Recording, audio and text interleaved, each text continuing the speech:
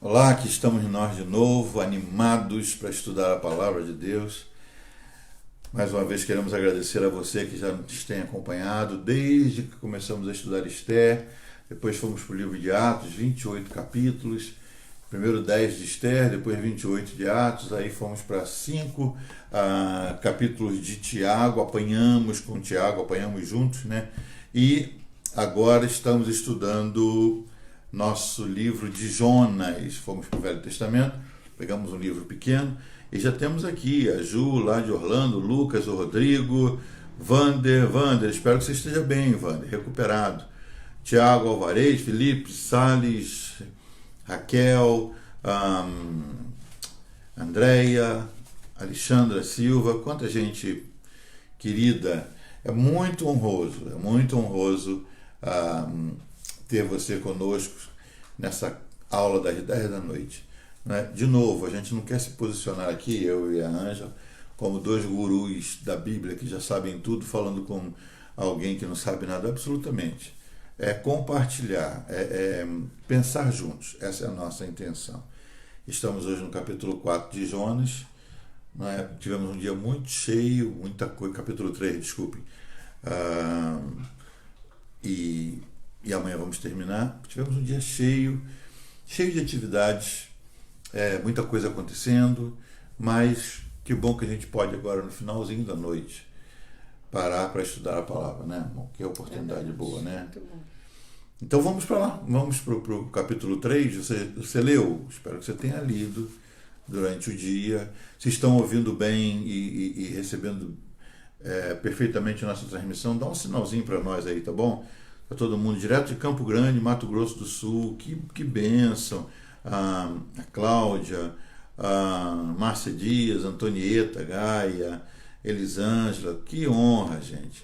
Pessoal de Jacarepaguá presente, Suiane está em todas as classes, né? Denise, Antonieta, Jefferson, Graça Pereira. Olha, a todos nós queremos dar as boas-vindas e vamos estudar a palavra. Capítulo 3 fala do arrependimento, né? O capítulo 1 é a fuga de Jonas da presença de Deus, pelo menos a tentativa. Aí ele termina o capítulo indo para barriga de um peixe. O capítulo 2 é a oração dele lá do fundo do inferno, como ele diz, no interior, no ventre do peixe. E termina dizendo que o Senhor fez com que o peixe, ordenou o peixe e ele vomitou o Jonas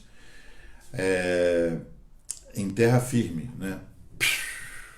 Lá foi Jonas, é o que eu imagino, né?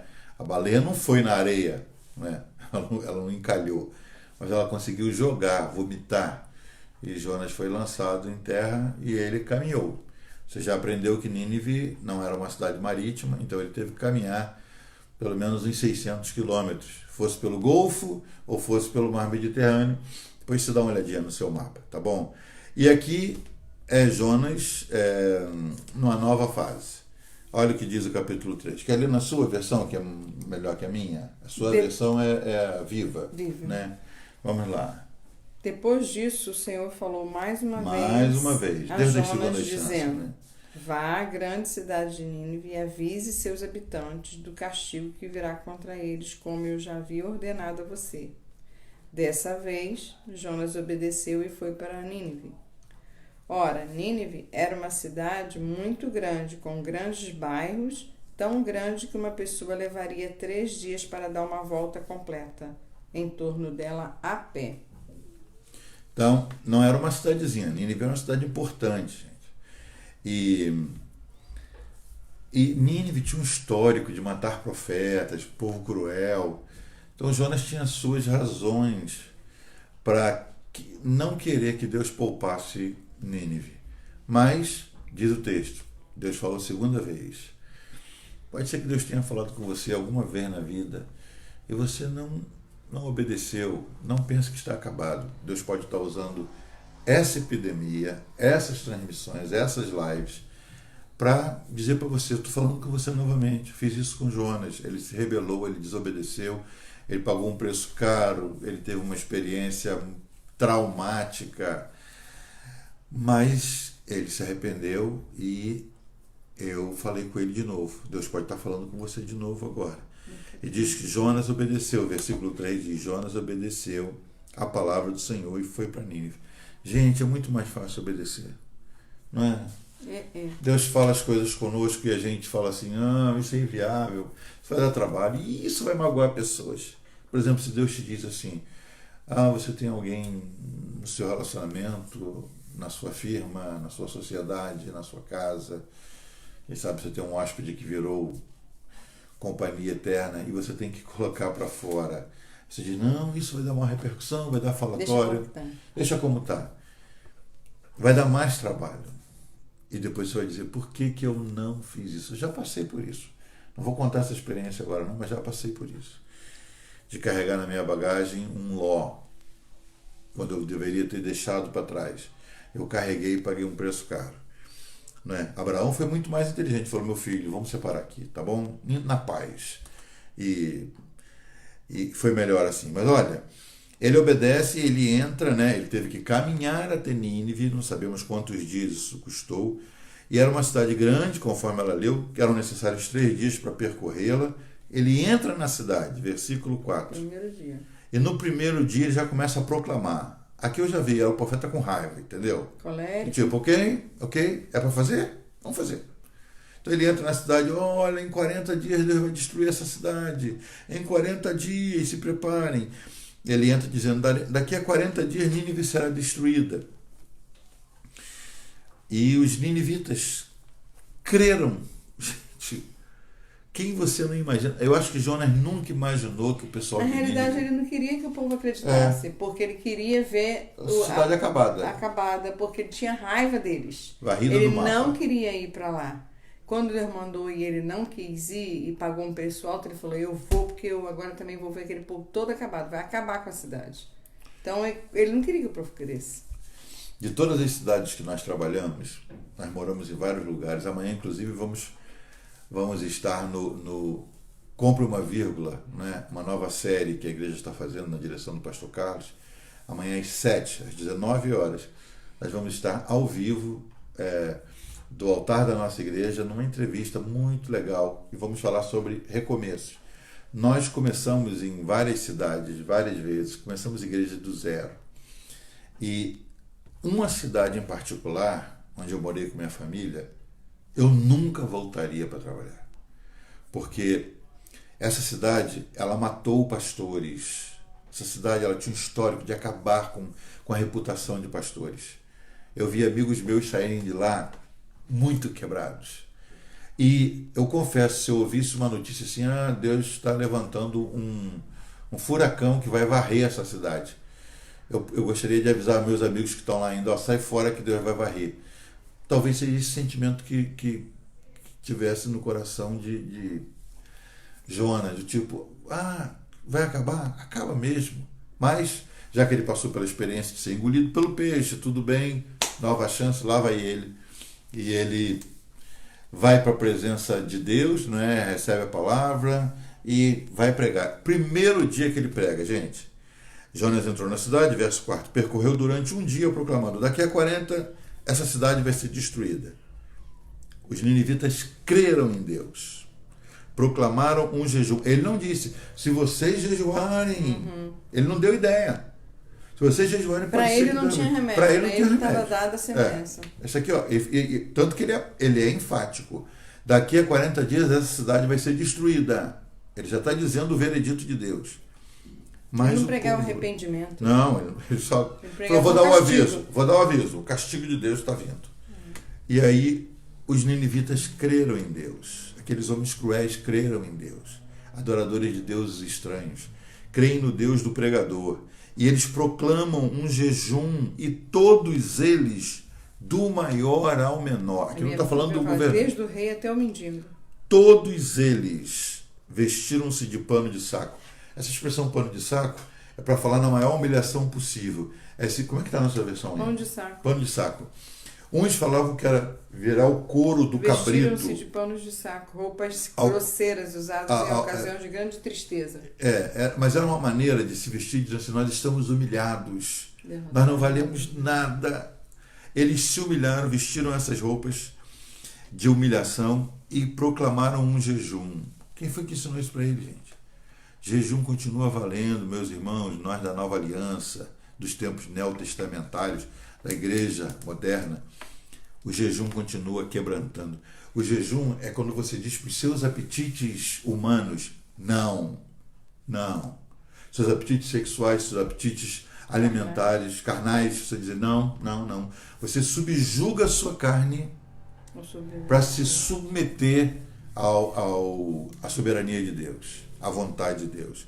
Você diz não para as suas vontades, para se submeter à vontade de Deus. Até os animais entraram. Foi, eles colocaram até os animais. Isso não foi ideia de Jonas, que o Jonas não estava lá para fazer representação de ninguém.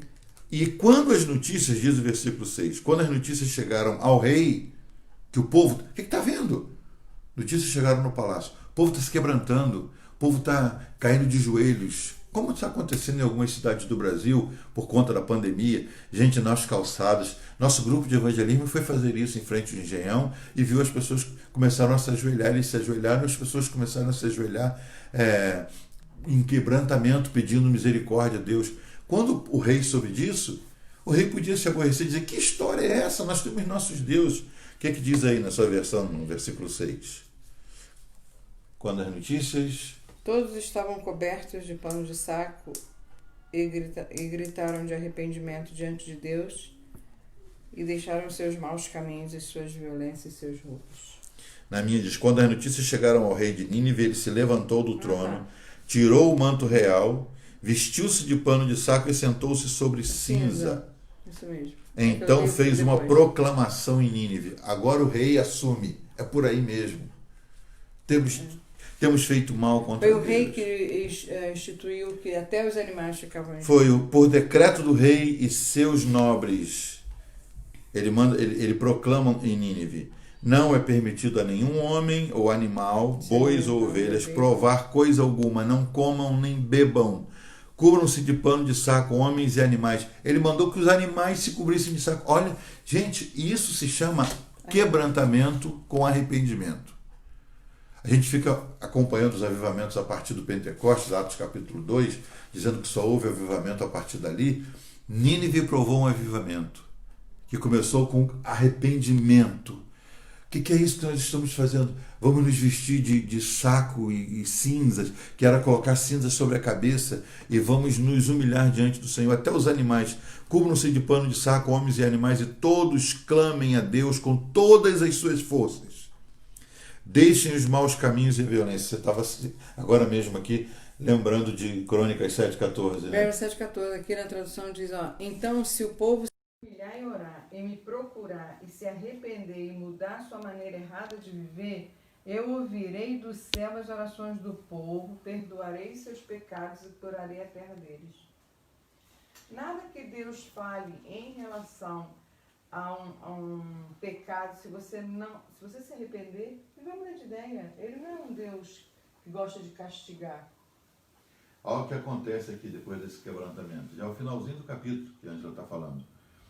Todos clamem a Deus com todas as suas forças. Não é essa oraçãozinha de Senhor, se tu queres, é aquele clamor, nós somos miseráveis. Senhor, se não for por tua misericórdia, a gente não sobrevive. Quem somos nós? Deixem seus maus caminhos, disse o rei, em decreto, e a violência. Eles tinham consciência de quanto eles eram cruéis e violentos. Talvez Deus se arrependa e abandone a sua ira e não sejamos destruídos. Talvez. Eles não tinham certeza. É aquela, vamos clamar. Há coisas que talvez você não tenha certeza se Deus vai dar ou não, mas o seu papel é clamar, é se humilhar diante de Deus, é abrir mão de séries, abrir mão de coisas tolas, de trivialidades e dizer, vamos nos quebrantar diante do Senhor, Deus vai fazer algo. E nesse quebrantamento, o que aconteceu? Verso 10, na minha versão diz, tendo em vista o que eles fizeram e como abandonaram os seus maus caminhos, tendo em vista, ó que expressão linda, do que eles fizeram e como abandonaram os seus maus caminhos, Deus abandonou o seu plano de destruir. Algumas versões diz Deus se arrependeu. Nós sabemos que Deus não se arrepende, mas a Bíblia foi escrita numa linguagem que os homens entendam. Quem se arrepende é quem não sabe dia de amanhã. Não, me arrependi de ter comprado um carro. Deus não entra em furada, Deus não compra coisas e depois se arrepende. Mas Deus não se arrependeu. Deus mudou de ideia quando aquele povo se quebrantou. É claro Ele que gosta de ver um povo quebrantado em relação a ele. Muda, não é que muda o coração de Deus, mas por ele gostar de ver um povo quebrantado, ele muda até de ideia. A gente pode falar isso em relação para que a gente possa entender. Mas não é, como Deus já sabe o que vai acontecer, ele sabe o quebrantamento que vai haver. Aninha, estou dizendo que o som ficou baixo. Vamos falar um pouco mais alto. Alguém está escrevendo aqui, ele não é um Deus impiedoso, Tatiane, e é verdade. Ele não é aquele carrasco, apesar de que a Bíblia diz que ele é fogo consumidor, e ele é um juiz, não é? Mas Deus tem um coração piedoso, misericordioso. Aqui diz, Deus mudou o plano e não os destruiu como tinha ameaçado. Na minha tradução, no versículo 8, diz assim,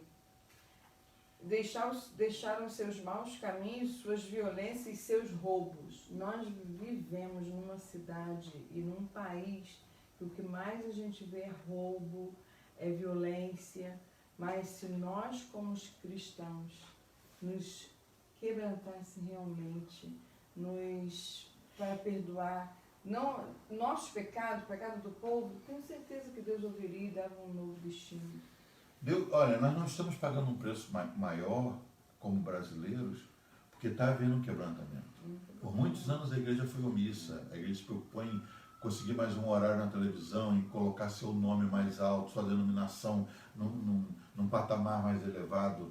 E nos últimos anos a igreja tem se unido em oração e as coisas estão mudando. Estão mudando com muita dificuldade, mas estão mudando porque a igreja tem orado. A Angélica entrou aqui também, lá de Los Angeles, e outros queridos falando aqui nós temos que fazer a nossa parte, né, Aline? É isso mesmo. E porque o povo se quebrantou, se humilhou e se arrependeu, Deus também falou, já que vocês mudaram de ideia, vou mudar de ideia contra vocês. Em Nínive a gente vê um povo incrédulo, mas em Crônicas, Deus fala, se o meu povo... Está falando para o povo dele, né? O meu povo, né? É não o povo pecador, não é o ímpio, não, é se o meu povo. Então, não é porque você é um cristão e vai na igreja e tem sua Bíblia em casa que não tem que se arrepender dos seus pecados. Todos nós somos pecadores. Tem que haver um quebrantamento para que Deus faça realmente alguma coisa. E Deus está fazendo, gente, mas nós temos que continuar nos humilhando diante do Senhor. Humilhar-se é o caminho para a exaltação. Humilhar-se para pedir perdão a uma pessoa que te ofendeu, ela que te ofendeu, e quantas outras coisas, né? O capítulo termina dizendo, e Deus mudou o seu plano e não destruiu como tinha ameaçado. Então, amanhã a gente volta com a conclusão do livro de Jonas, e parece que está acabando, o capítulo 4 é cheio de histórias. E a gente vai poder compartilhar se você estiver conosco amanhã. Obrigado a todos que estão conosco. Tem gente dizendo que a Soraya falando, estou amando, Soraya Antunes, estou amando esse estudo.